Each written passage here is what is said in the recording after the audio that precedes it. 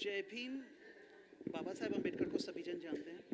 उन्होंने एक slogan raise किया था जय भीम का, लेकिन जय भीम का स्लोगन रेज करने के पीछे जिन महान व्यक्ति का नाम था वो आज कोई नहीं जानता। बोले इंडिया जय भीम उसी महान व्यक्ति के विषय में है। उनका नाम था बाबू एलन हरदास। उनकी कहानी है।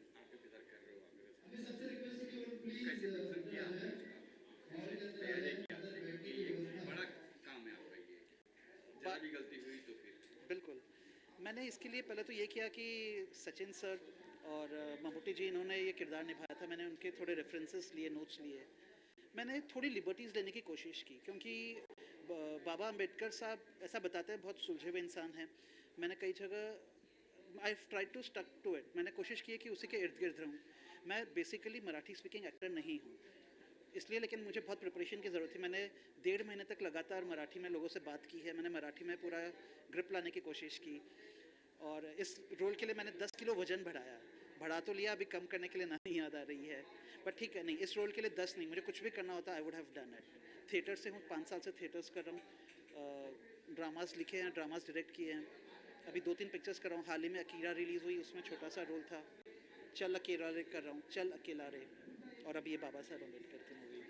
डर लगा था कि कहीं कोई गलती ना हो जाए मुझसे, ऐसा महसूस हुआ था कहीं से? बिल्कुल नहीं, बहुत ज़रूरी था। ना सिर्फ मेरे लिए, हम सबके लिए थोड़ा डरे रहना बहुत ज़रूरी था। जब तक डर नहीं होगा आदमी उस चीज़ में परफेक्शन नहीं लाएगा। एंड हम हर कदम पे चौकन्ना थे कि हम जो बॉडी लैंग्वेज यूज़ कर रहे हैं, हम जो प्रॉप्स यूज़ कर रहे हैं, हम जो शर्ट टाई घड़ी जो चीज़ यूज़ कर रहे हैं वो हमारे इर्द वो बाबा साहब अम्बेडकर से हटकर नहीं होनी चाहिए थी। एंड वो फील लाने के लिए हम सब डरे हुए थे एंड हमने पूरी कोशिश की। एंड आज वो डेट आ गई जब मूवी रिलीज़ हो रही है, मुझे बहुत अच्छा लग रहा है। ना कोई छोटा ना कोई बड़ा, हम आज जितने भी जो झगड़े हो रहे हैं ऊंच नीच को लेके, कौम को लेके, उन्होंने इस चीज़ पे हमेशा अपनी टिप्पणी रखी एंड बहुत स्ट्रांगली रखी कि नहीं, सब एक है, छोटा बड़ा, हिंदू मुस्लिम सिख ईसाई सब एक है। उन्होंने उस चीज़ को बहुत स्ट्रांगली किया। ये संदेश तो बाबा साहब अम्बेडकर के साथ आना ही है, बट इस कहानी में, इस पिक्चर में ये संदेश के साथ साथ बाबू हरदास एलन जी की जीवन को भी बहुत अच्छे से दर्शाया गया है। बाबू जी को दर्शाया गया, तो ये अम्बेडकर कहीं फ्लैशबैक में आ रहे हैं, किस तरह से नहीं, मैं बहुत ज़्यादा इसके बारे में इसलिए नहीं बताऊंगा, वो आप पिक्चर देखेंगे तो पता चलेगा। फ्लैशबैक में नहीं है, आप देखिएगा इसको तो पता चलेगा। टाइटल है बोले इंडिया जय भीम जी और फिर मराठी। हाँ, हिंदी में मुझे शायद और इम्पैक्ट पड़ता है। आप देखेंगे बाबा साहब अम्बेडकर फॉरेन से आए थे। उन्होंने अपनी डिग्री वगैरह लंदन से जो लेकर इंडिया आए थे, तो यहाँ पे उनका बेसिकली उनकी लैंग्वेज हिंदी थी। फिर जब वो सीपी बेरार प्रांत में आए, वहाँ पे उन्होंने मराठी लोगों के साथ कनेक्टिविटी के लिए मराठी में भी बात की। वो देश भर में जहाँ जहाँ घूमे हैं वहाँ की लोगों भाषा में उन्होंने बात करने की कोशिश की। एंड हिंदी में भी उनका बहुत अच्छा था, लोग उनकी हिंदी से भी कनेक्ट होते थे। इसलिए उन्होंने इस मूवी का टाइटल हमने वो रखा जो ऑल ओवर इंडिया कनेक्ट हो, बोले इंडिया जय भीम। बट लैंग्वेज जो है मराठी लैंग्वेज में फिल्म बन रही है, जी हिंदी होगी तो शायद और इम्पैक्ट पड़ता है, ये कह रहा हूँ।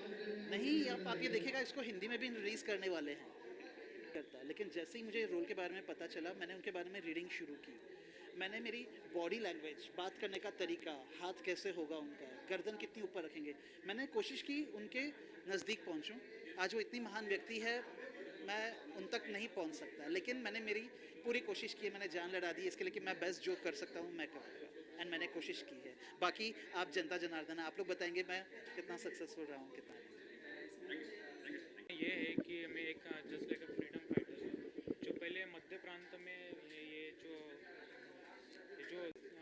ईयर्स है इसमें 2004 से 2039 तक का है। इसमें मध्य प्रांत में पहले जो नागपुर सिटी है वो पहले मध्य प्रांत में आती थी। दैट टाइम पर अभी तो महाराष्ट्र में आती है। और दैट टाइम वहाँ के पहले एमएलए थे बाबू हरदास, जो कि फ्रीडम फाइटर थे। उनका कैरेक्टर मैंने निभाया हुआ है। किस तरह तैयारी की उस कैरेक्टर को अपने अंदर लाने के लिए? कैसे किया, कैसे उस आदमी को खोजा? बाबा फिल्म बनी है, उनके जो लोग कर लेते हैं, लेकिन आपने कैसे किया उस कैरेक्टर को लेने के लिए? एक्चुअली ये इसी फील्ड में हूँ, तो मेरा एक सपना भी था कि मुझे एक फ्रीडम फाइटर का एक कैरेक्टर भी करना है ऑलरेडी। तो और बाय चांस मुझे मतलब एक अपॉर्चुनिटी भी मिल गई कि ये कैरेक्टर निभाने की, because of the Subhash Vagdevi ji. And Saurabh sir and also the Doshi sir ji, इन्होंने मुझे अप्रोच किया और उन्होंने कहा कि ये कैरेक्टर आप निभा दो।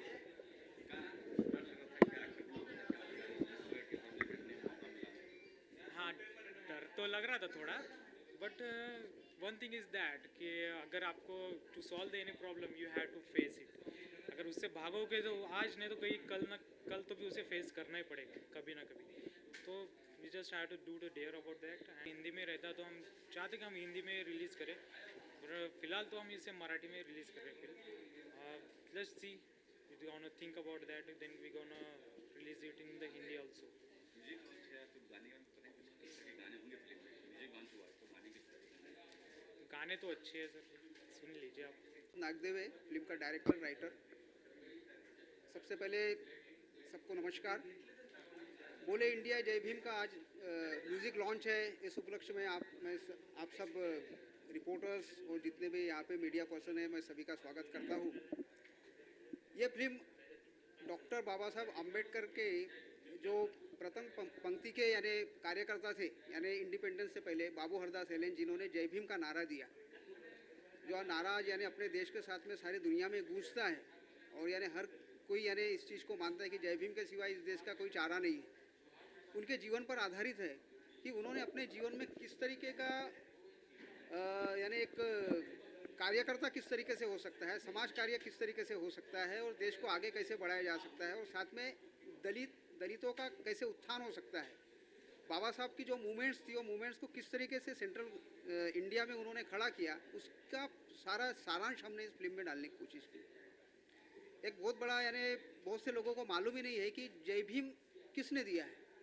सब बोलते हैं कि बाबा साहब ने बोला। मैंने कुछ लोगों से पूछा, जब इसका यानी हमने शोध लिया, और हमें तो पहले से मालूम था, लेकिन हमने लोगों की ये चीज़ हर किसी के पास में जाना चाहिए, इन्फॉर्मेशन जाना चाहिए कि जय भीम बाबा साहब ने नहीं दिया है। ये बाबा साहब के बहुत बड़े कार्यकर्ता थे, जो नागपुर जो उस प्रदेश की राजधानी था उस ज़माने में, उसके वो पहले एमएलए थे जब 1937 में इलेक्शन हुआ।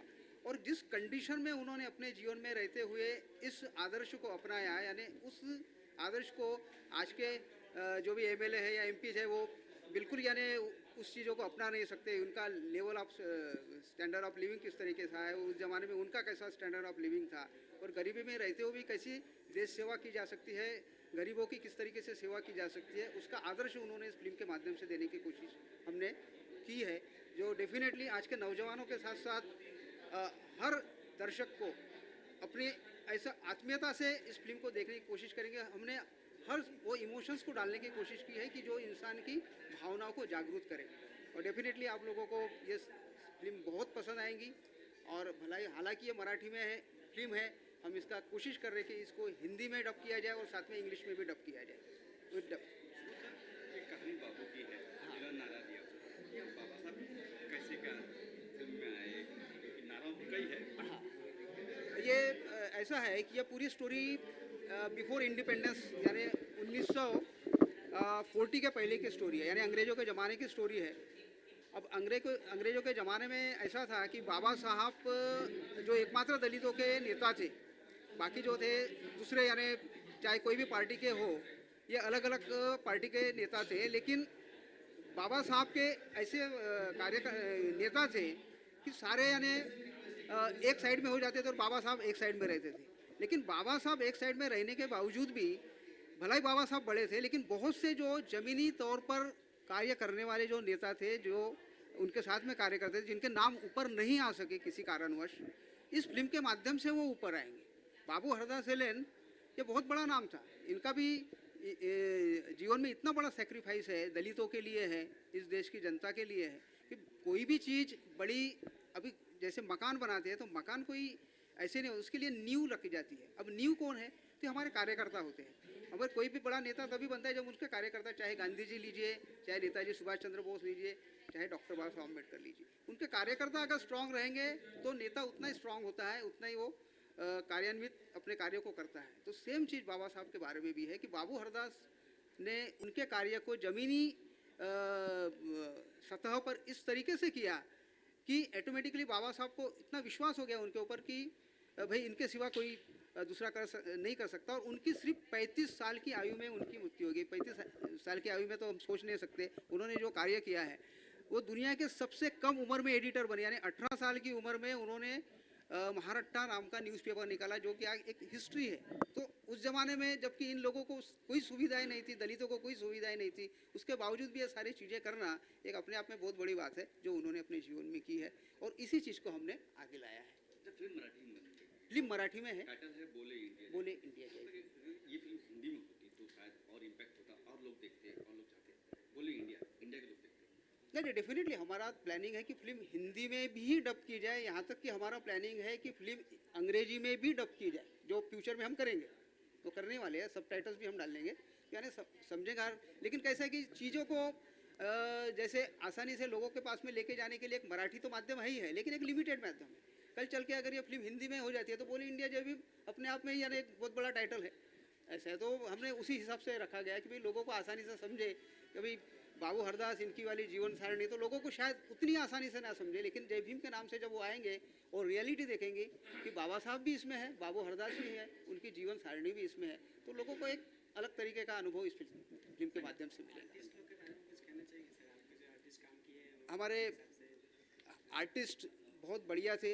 नागपुर में जब हम शूट कर रहे थे ये, तब 50 डिग्री सेल्सियस जहाँ कर रहे थे, जिस खेड़े में हम कर रहे थे, जिस गांव में हम कर रहे थे, 50 डिग्री सेल्सियस तापमान था, जो कि मुंबई में तो हम सोच नहीं सकते और दुनिया के किसी कोने पे भी यहाँ पे शूटिंग हो सकती है। लेकिन हमारे जो आर्टिस्ट थे, जिन्होंने डॉक्टर बाबा साहब अम्बेडकर का रोल किया, बहुत बड़े यानी प्ले करने वाले हैं, यानी नाटक के बहुत बड़े हस्ती है वो,